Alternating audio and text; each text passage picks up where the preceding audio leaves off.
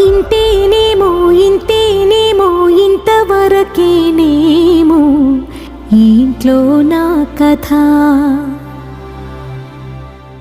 అంతేనేమో అంతేనేమో అంతులేని వేదనేమో ఆడపిల్లను కదా.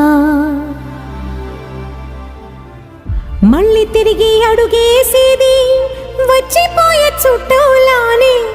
నేను పుట్టి పెరిగిన ఊరికి ఇంకా పైన పొరుగురిదాన్ని. కట్టదాటి గంగ నేడు కంట పొంగెనే.